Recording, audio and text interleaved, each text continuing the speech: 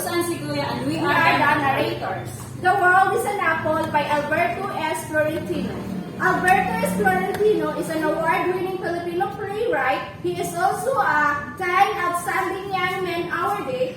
This play, which won first prize in the Carlos Palanca Memorial Awards for Literature, has been staged in different schools and colleges all over the country.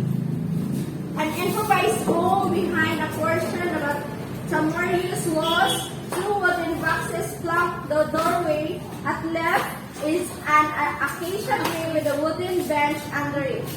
Mario enters from the street at left. He is in his late 20s, shabbily dressed and with hair that seems to have been uncut for weeks. He puts his lunch bag on the bench, sits down, removes his shoes, and puts them behind his lunch bag. Mario? Is that you, Mario? Yes. I'm glad you're home early. How is Tita? Don't wake her up, Mario. She's tired. She cried the whole day. Has she been eating well? She wouldn't even eat a mouthful of lugaw, but I'll buy her some biscuits. Maybe she'll eat them. I'll take some of the money. Gloria, can you wait a minute? Hey, what's the matter? Why are you suddenly so touchy? Who would it be? I'm talking to about the child and you bother me by ransacking my pockets. I wish you'd think more of our daughter. My God, wasn't I thinking of her? Why do you think I need some money? To buy a pretty dress or see a movie? Tone down your voice. You'll wake the child up. All I want is a little money to buy her something to eat. She hasn't eaten anything all day. That was why I was bothering you. I'm sorry, Gloria. It's all right, Mario. Now may I have some of the money? Money? I don't have any. Not right now. Today is payday, Mario. Yes, but But what? Where's your pay for the week? I don't have it. What? I waited for you the whole day and you tell me. That I have nothing? Nothing? What do you want to do? Steal? I'm not asking you to do a thing like that. All I want to know is what you did to your pay. Nothing is left of it. Nothing? What happened?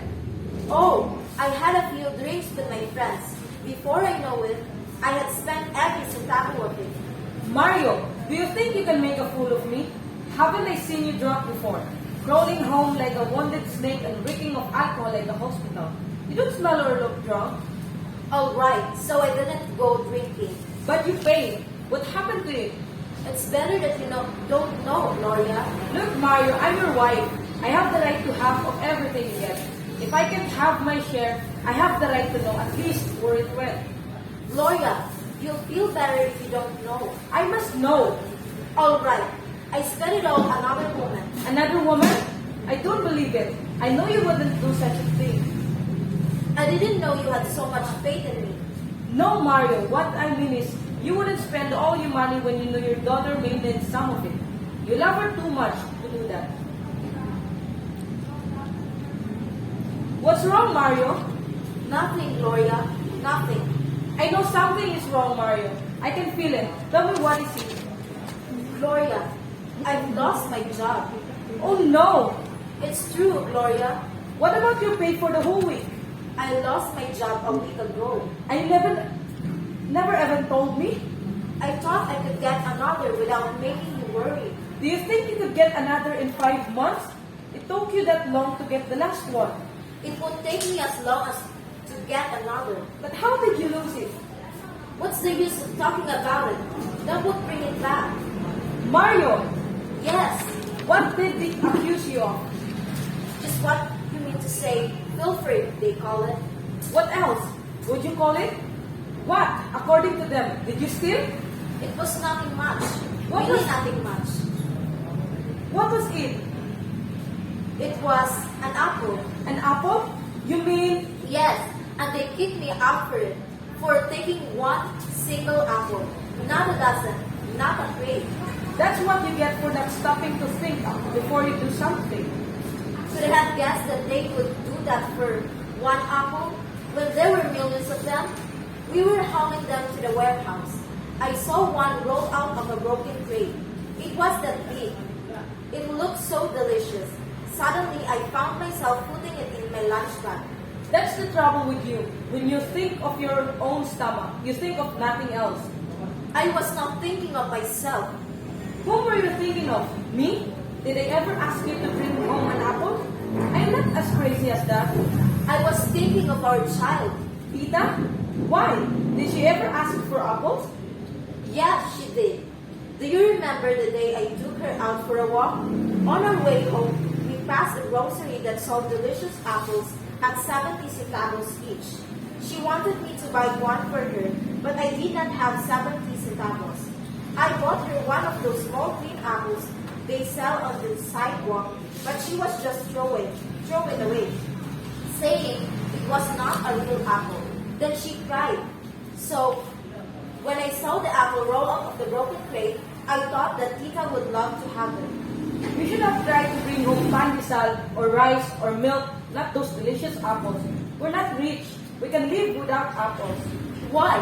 Did God create apple trees to bear fruit for the rich alone? Didn't He create the whole world for everyone? That's why I tried to bring the apple home for Tita. When we brought her into this world, we sort of promised her everything she had a right to have in life. So, for a misty apple, you lost a job you needed so much? I wouldn't mind losing 1,000 jobs for an apple for my daughter. Where's this apple you prize so much? Were you able to give it to Tita? No, they keep it as evidence. See? You lost your job trying to filch an apple and you even lost the apple for which you lost your job? Filching an apple. Filching an apple. That's too small a reason to kick a poor man out of work. You should ask them to give a second chance, Mario. They won't do that. Why not? Can't you see? They have been waiting for me to make us live like that. They wanted to throw me out for any reason so that they may bring their own man in.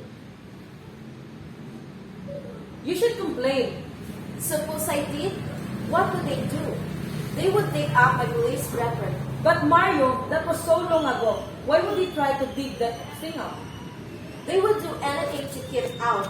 But don't worry, I found another job. It isn't really so hard to look for a job nowadays. You know, I've been job hunting for a week now, and I think I have found a good job.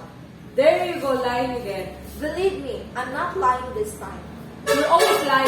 I can tell when you're telling the truth. In fact, I'll see someone tonight who knows a company that needs a night watchman. Aren't you only trying to make me feel better, Mario? No, Gloria. Honest? Honest. I know God wouldn't let us down. He never lets anybody down. I'll pray tonight and ask Him to let you have that job. But, Mario, would it mean that you'd have to stay all night? That would be alright. I can always sleep by the day. What I mean is, it will be different when you aren't by my side at night. But, I think I'll get used to it. Why don't you go and see this friend of yours now? Anyway, you don't have anything to do tonight. Don't you think it's wise to see him as early as you can? Yes, I think I do that. Here, Mario, put this on and go. I'll stay up and wait for you. No, Gloria, you must not wait for me. I may be but quite late. All right, but I doubt if I can sleep a week until you return. Mother was wrong. You know, before we got married, she used to tell me, Gloria, you commit the greatest mistake of your life if you marry that good-for-nothing loafer. You can make him any straighter than you would a crooked wire with your bare hands. Oh, I wish you were leaving now. She would have seen how much you've changed.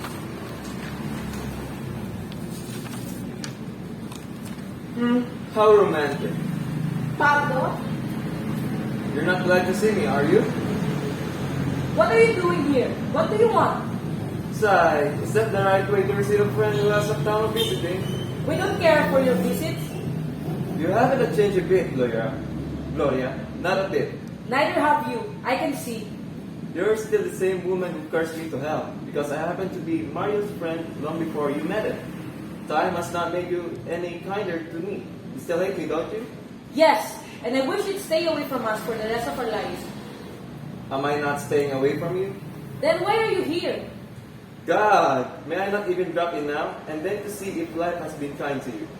How are you getting along? We were going out until you showed up. Your daughter. She was only that high when I saw her last. How is she? She's alright. Oh, and I thought she had not been very well. How did you know? Did you tell him? No. How could I? I haven't seen him in a long time. Until now, of course. What is she sick with? We don't know.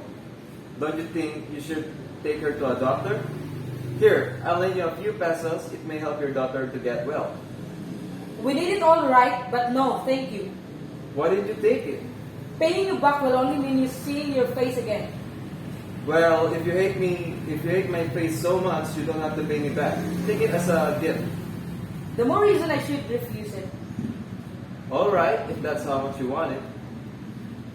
Mario has stopped depending on you since the day I took him away from your clutches.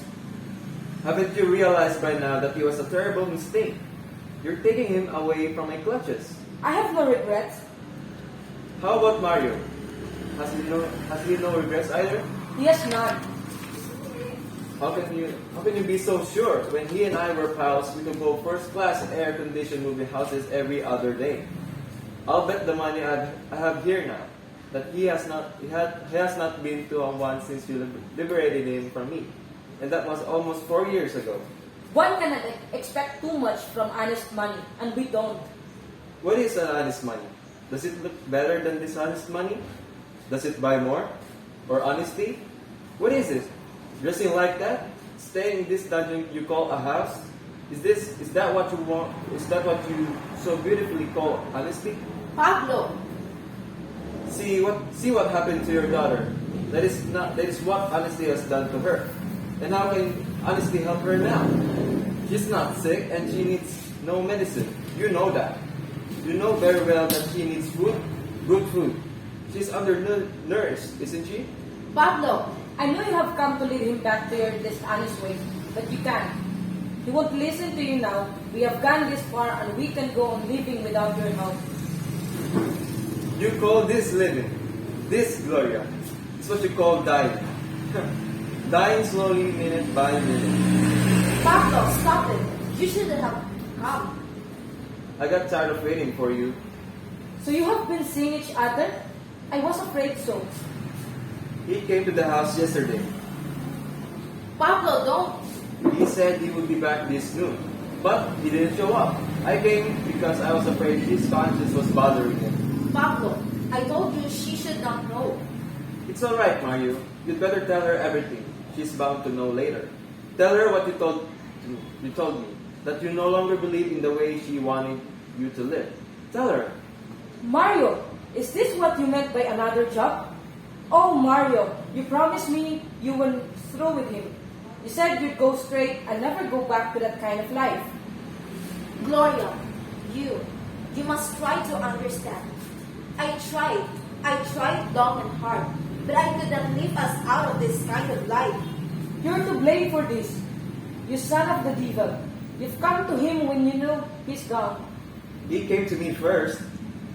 When you know he'll cling to anything and do anything, even return to life he hates. Get out of our sight. Get out. Alright, I'll leave. Just as soon as Mario is ready to go. He's not going with you. Is that so? Why don't you ask him? I said he's not going. Go on, ask him. You're not going with him. Are you, Mario? Tell the crook you're not going with him anywhere. Tell him to leave us and never come back. Tell him to go. Please. Mario, please. Gloria, Mario, I know he has talked to you and tried to poison your mind again, but don't go with him.